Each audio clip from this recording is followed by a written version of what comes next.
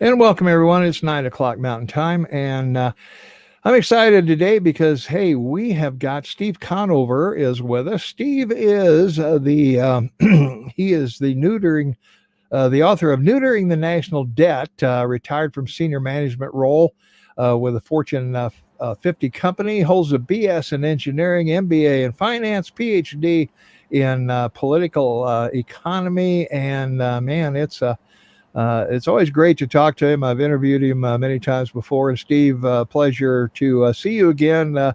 We've interviewed each other many times, but this is the first time we've seen each other, I think. So Yeah. this is kind of cool. Welcome. How you doing? I'm doing well. This has always been fun for me, so thanks for having me. Well, we now that we're doing these podcasts, you haven't always been available when we're on the radio show. So Right. this is great that we can kind of get you here once in a while. But we want to jump right into this. We want to talk about the debt, national debt, because it's the government seems to just pull money out of nowhere, Steve. And let's start off with the debt clock. What does the debt clock tell us or not tell us? We every TV show puts it up. You know, every citizen owes this much, and every taxpayer owes this much. And how serious is that debt clock? Um, the debt clock is kind of a thorn in my side because it's like somebody, and I said this in the book, this example. It's like, let's say you're in your car and you're listening to the radio, to the Super Bowl on the radio, and halftime comes along and the announcer says, well, it's halftime at the Super Bowl and the score is Green Bay 21. Yeah. And then they cut to a commercial, right? Yeah. So, do you have all the information you need? No. Well, that's my problem with the debt clock. Yeah, the debt's a huge number. Okay, you look at it and how many digits long is it? And it's pretty scary. But what is missing is comparing to something that would put it into context. And a lot of people say the debt to the size of the economy is a good ratio to look at. And I would be happy if they would change to that. But no, everybody that wants to make some kind of a political point against whoever's holding the White House, whoever's occupying the White House, uses the debt clock, one big number, one big scary number with no indication of whether the burden of that debt is affordable. Well, that's the thing. As I said, I don't remember during the last political campaign. I don't remember a single candidate, and there was a whole bunch of Democrats running, obviously. And I don't remember a single candidate saying, "Oh my God, we got to do something about the debt." One of the candidates wanted to give everybody $1,000 a month. So, I mean, Well, that was Andrew Yang. Andrew Yang, yeah. We can get into that because I think that's a better idea than another alternative that's being proposed. But we're not on that particular topic just yet. But. No. Well, the other thing I wanted to bring up with you, Steve, the growing debt and the shrinking debt burden. Now we're talking about confusing numbers here because everybody points to the debt going up, but is the burden of the debt shrinking? I think it's been creeping up just a little, not appreciably, but I think it's a little higher than back when I wrote the book. When I wrote the book, it was right. Okay, first we better define debt burden. Okay, my idea of a decent measure of the burden of the debt is the interest payments we have to make on the debt. We can't get out of those. How much are we paying out in interest on the debt compared to how much we're taking in tax revenue? Okay. The more we're taking in tax revenue, the more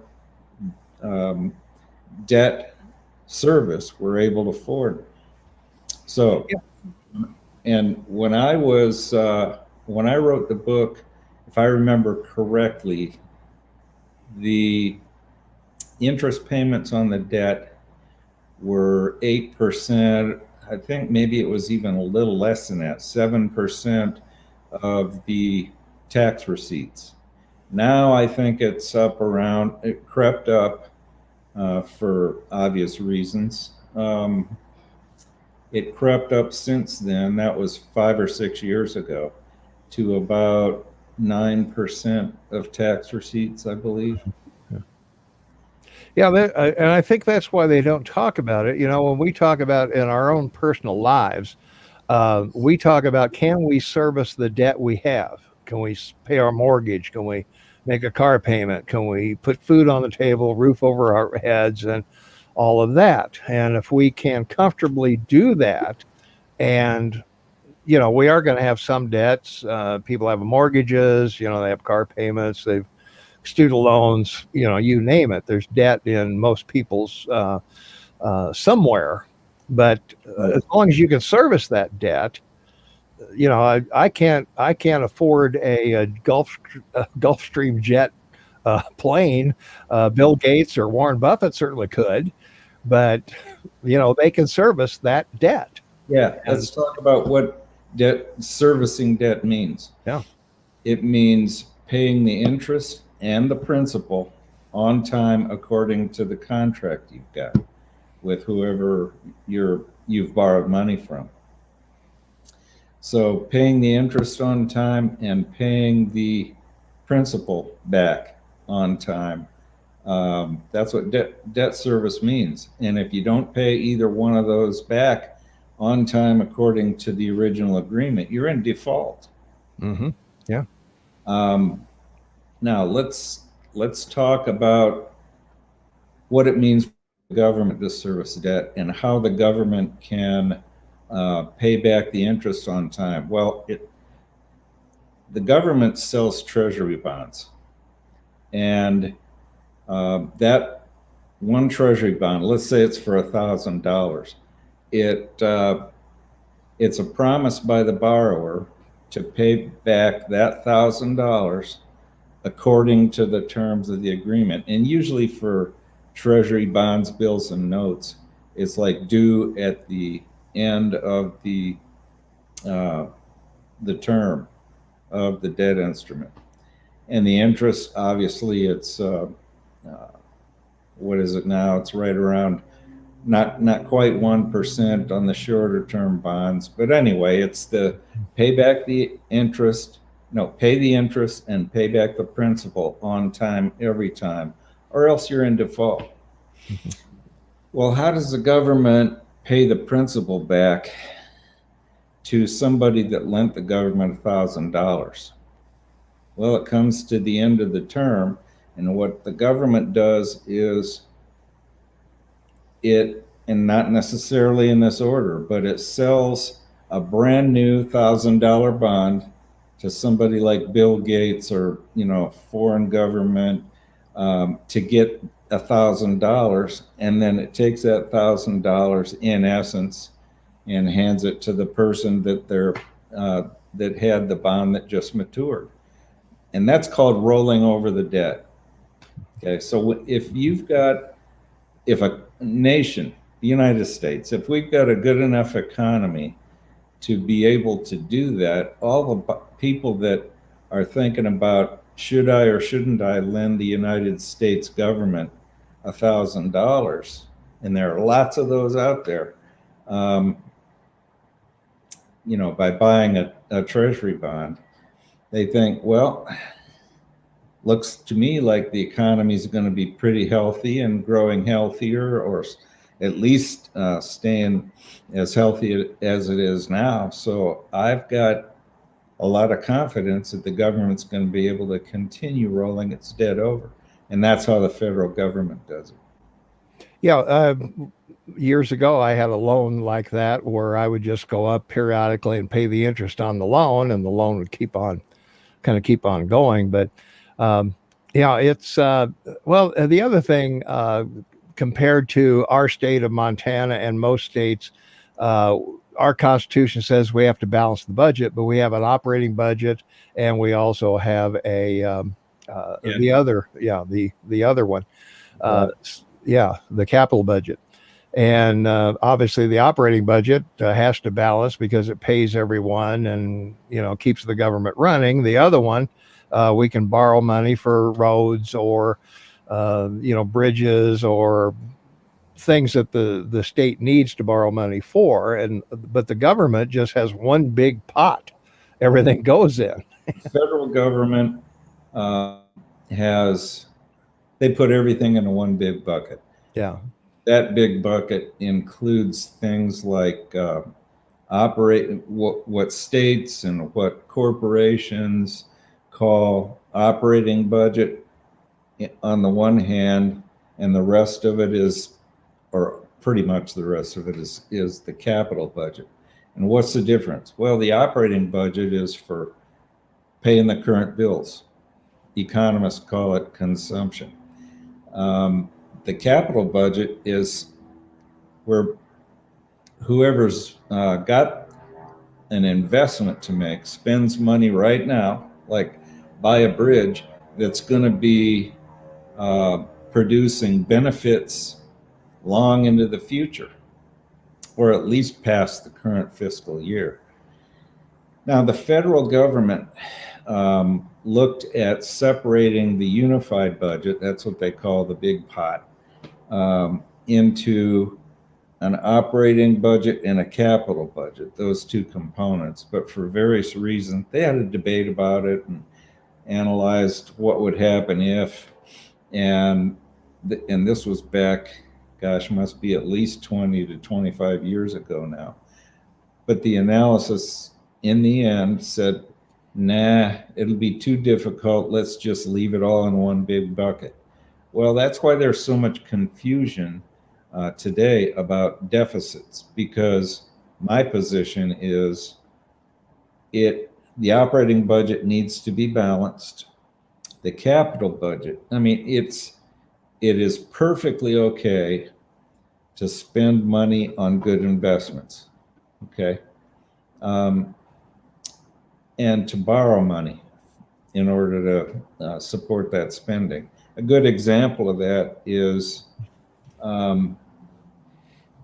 when Thomas Jefferson instructed his two agents in France to hurry up and quick purchase the Louisiana Territory before this deal goes away.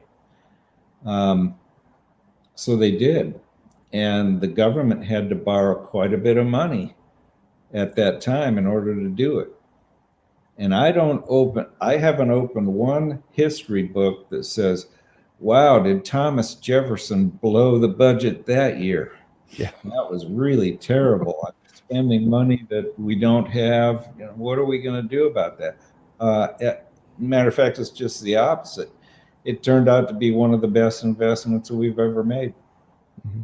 Yeah, I've told you before. My parents stuck me with the interstate highway system and the space program are the two things debt they saddled me with, that I've got to pay down. And so I guess I'm passing the COVID situation on to my kids. So. Yeah, and the lesson there is, it's not the money, it's what you get for the money. That's right. Yeah, that's what you get. Well, let's talk about the debt's had its ups and downs. You talk about it in your book. When did the debt hit a 30-year low? Well, it wasn't the debt that hit a 30-year low. I mean, all you got to do is look at the debt clock. Yeah. It was the burden of the debt. The burden of the debt. Burden of the debt, which is, as I said in the book, it was the way I would prefer to measure it is interest payments on the debt compared with tax revenue. Okay, if you make that calculation and you look back at history, I think it was, I don't know, 16, maybe 18% back during the recession of 1980, 81 timeframe. So that was the peak in that number as far back as I could go and look.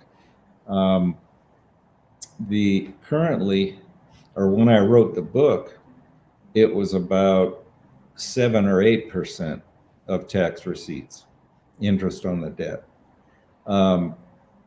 So, and that turned out to be a 30 or 40-year low. I can't remember. I think it was a 40-year low, but 8% was a lot lower than it had been before that, which is kind of surprising when you think the debt clock has been doing nothing but getting larger, except for a couple of years at the end of the Clinton administration. And in the book, in one chapter, I forget which one it was, I explain why I think that was not a real good thing to do. I think that was mismanagement of the budget, because in essence, they were refusing to make some pretty important investments just because the idea of having a surplus in the unified budget was such a politically popular idea. Yeah. Yeah, that's what we would always like to see. Well, that brings us to the next topic, deficits. Deficits are not a problem, or are they a problem? What's your thought on deficits?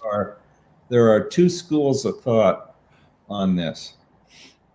There's the old traditional school of thought, which means deficits are a problem. Deficits eventually tend to cause inflation. Somebody's going to have to pay that back someday, which is not true in a good economy, right? Mm-hmm. And with an economy the size and robustness of our economy, having someday to pay the whole thing back is simply not the case. Okay, now the second school of thought, and this I started, I saw this first about, I don't know, 10 or 12 years ago, and it's called modern monetary theory. Now, let me caution everybody, I'm not yet an MMT supporter, because I think there's a flaw that is not being addressed in it. However, I read all about it, everything I could get my hands on. And by the way, there are two authors that, if anybody's interested, two authors that people ought to look up. One is Warren Mosler. He wrote a book called Soft Currency Economics, and one or two more, I think one more. I read both of those, trying to understand, and I think I finally got it, trying to understand why is this so much different, and why are they saying what they're saying? And essentially what they're saying in this new school of thought is deficits are not a problem until inflation sets in. Don't worry about deficits being a problem in the traditional context. Okay, in other words, the word deficit is a very politically negative word. I think every president or every presidential candidate, whenever this subject came up, would say, oh, it's terrible that we've got such a big deficit. Who's going to pay that back? When is China going to come and demand their money from our grandkids? That's not how it works. I think the MMT people have the mechanics of how money works. I think they're correct on that. Okay, it's not like the government has to take in money in order to be able to spend money. That's not the case. The government can spend money into the economy anytime it wants, in any amount it wants. The problem is, if the government spent money into the economy and never took any money out of the economy, okay, that would be inflationary. I don't think there's any argument against. Yeah. Let's say the government put $1 billion into the economy, or 10 billion, or $1 trillion into the economy, and didn't tax anybody to make up for what it just put in, okay, or didn't sell any treasury bonds. That would be inflationary, and inflation would definitely show up at some point if that's what the government kept doing. But that's not what happens. The government spends money into the economy and takes in some amount of tax revenue, which takes some of those dollars back out of the economy. And it also sells treasury bonds, which takes dollars out of the economy. So that's one of the reasons why we haven't seen much inflation, even though we've been running huge deficits. So, yeah, if that answers the question. Yeah. Well, the next thing I want to talk about is a Reagan term, I guess. Actually, it started with Will Rogers back in the 20s. Will Rogers said, "Money flows in at the top and it trickles out the bottom." We have a guy here locally. This is a good story. You appreciate this. This kid was he went to MSU on a basketball scholarship. So his parents, who'd saved all his life to get the money to send him to college, they gave him that money. He bought homes. He was on the basketball team here at MSU. He bought homes with it and moved the team into his homes. Didn't tell them he was their landlord. and, and the remarkable thing was that he sold these homes right before the 2009 banking thing hit. Lucky. Yeah. Well, he wanted to start this restaurant. He had a degree in marketing from MSU, wanted to start this restaurant here in town. 11 banks turned him down because he wanted to own the property that the restaurant was on. And they said, boy, restaurants fail at such a rate. I don't think we want to do that. Well, anyway, the 12th bank said yes. And now he's got 3 of them around the state. But the point is that everybody in creating this restaurant, creating all the everything that goes into it, got paid before he made anything. So the money trickled down to everybody but the owner. The owner was the last guy to get paid, and that's where I think trickle down. A lot of people don't understand that they think just because the CEO in the corner office, makes a couple $1,000,000 a year, he does something to get that money.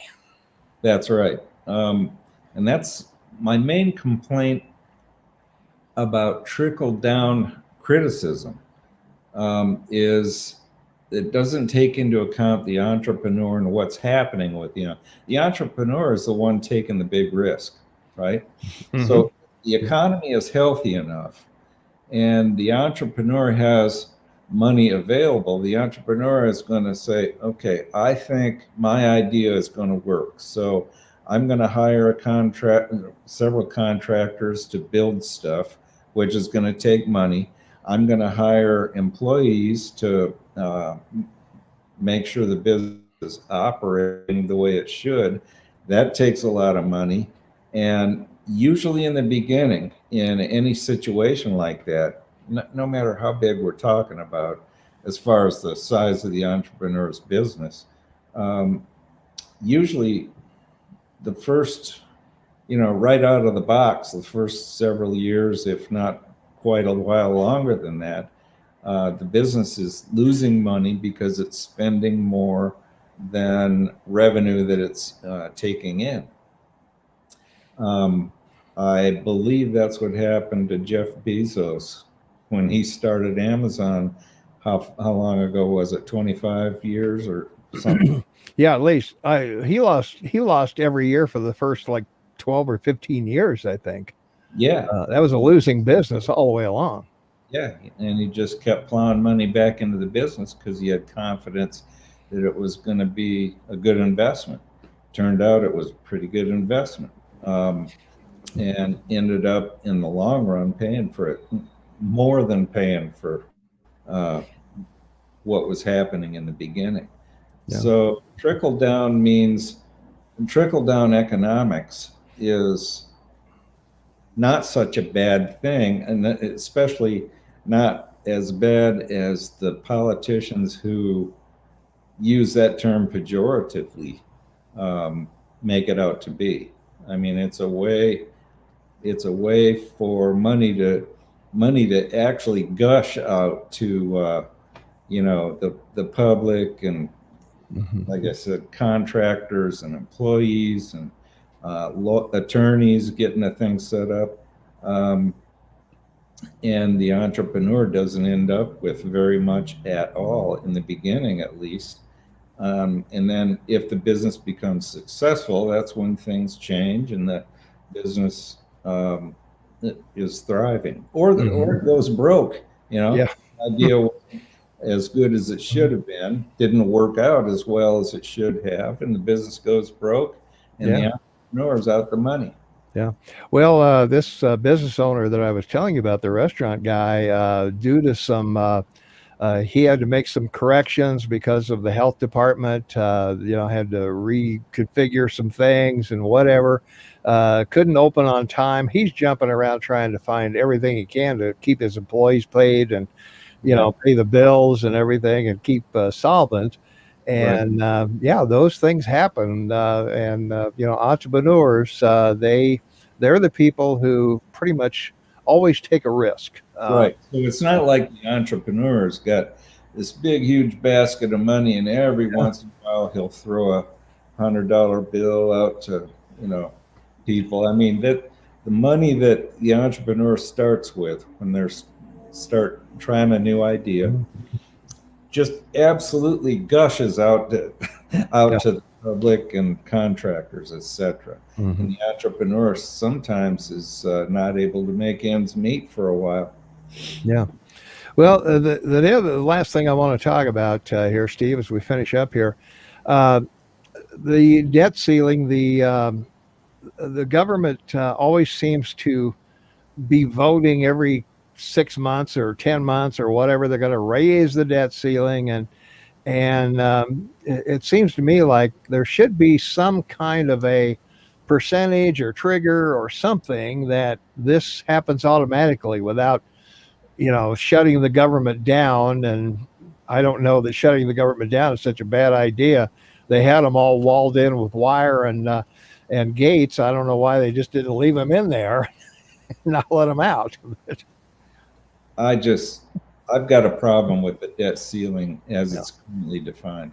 A yeah, big problem with it. I think it's one of the dumbest ideas uh, that politicians have come up with, because what it is, it says, it's like we were talking about before, the debt clock. Gee, once that big number ticks up to some arbitrary thing politicians chose, let's say let's say they picked $25 trillion. So it's not quite there yet. It's climbing, climbing, climbing. And then it hits 25 trillion. Then what do? You shut the government down. Well, great. Um, that, like I said before, the number on the debt clock, or that, let's say the 25 trillion number we just picked, is an arbitrary number chosen by politicians. I'm saying that debt can't get big enough to become a problem. I'm saying it's not there yet because the debt number is not the same as the burden of the debt. If we've got an economy that is thriving enough to be able to easily afford whatever that interest on that big number is going to be, then we're in fine shape, and yeah. we're now. Well, and I think that's why no candidate that I saw even mentioned the debt during the political election, and I haven't seen anybody talking about it now. And they're talking about pulling another 3 trillion out for infrastructure, or these various bills and everything. So the way the government runs and the way you've articulated it today, I hope people have a better understanding of how this whole thing works, and the fear that is instilled by the talking heads isn't all that real. Yeah. Well, um, I I would like to see the government get a little bit more practical in that, and I go back to my business experience. To me, practical means operating budget, capital budget, and the question on any capital budget idea is this a good investment? Should we do it? And if it's a good investment, or as best we can tell when we've got to make the decision on whether to spend the money or not, if we decide, yeah, that's a good investment, we ought to spend the money, even if it requires borrowing every dollar of it. Now let's take an example. Let's say it would cost, I don't know, $500 billion to make the federal computer systems impervious to attacks from the outside. Okay. Let's say it would cost that. I'm saying, well, okay, making it impervious to attacks means that some hacker would not be able to get in and shut down our electric grid. I mean, I just went through that situation in Texas about a month ago. Yeah, you did. A month ago. And I went through it in Florida during a hurricane. The power not being on is a huge problem. It's probably the biggest problem, one of the biggest problems behind following any natural disaster, like the deep freeze we had in Texas or a hurricane in Florida.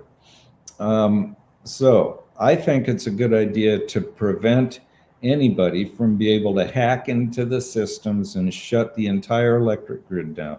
I think that would be worth probably $500 billion.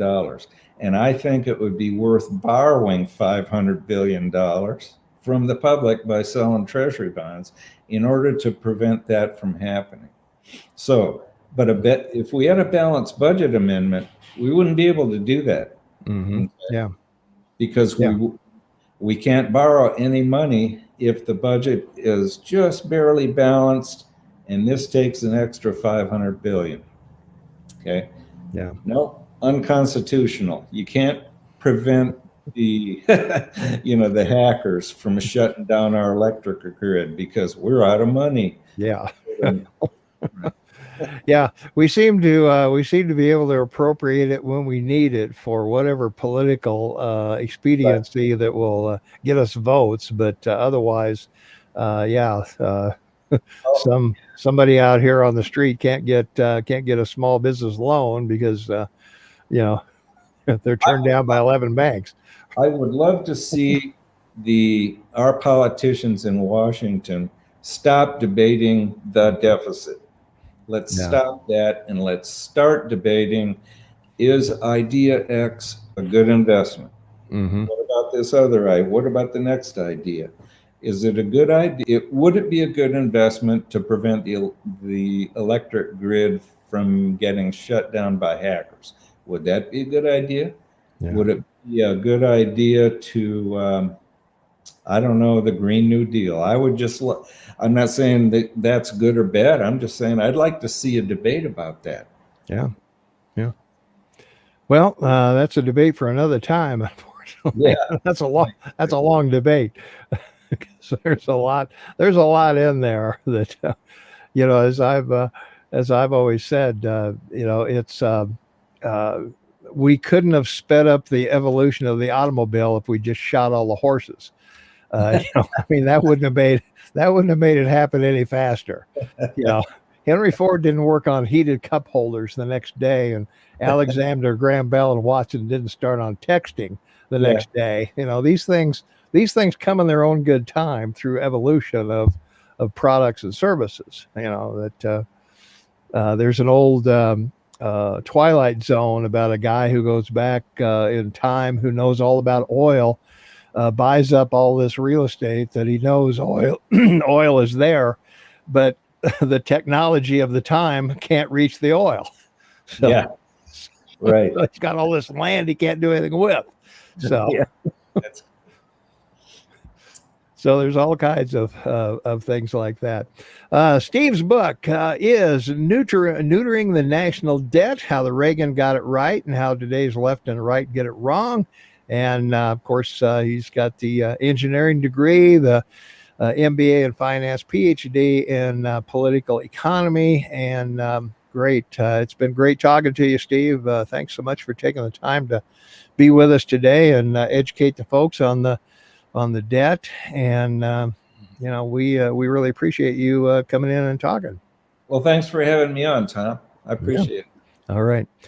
All right. That's going to do it for us. So we are going to duck out of here. Just a reminder that we are on radio tomorrow. We'll be on from 8 to 11 Mountain Time. Click listen live at kmmsam.com. And if you missed any of our past shows or any of that, you can pick all those up at kmmsam.com as well. So, all right, that's going to do it. So thanks very much, Steve, and we'll see you down the road. Okay, thank you, Tom. All right.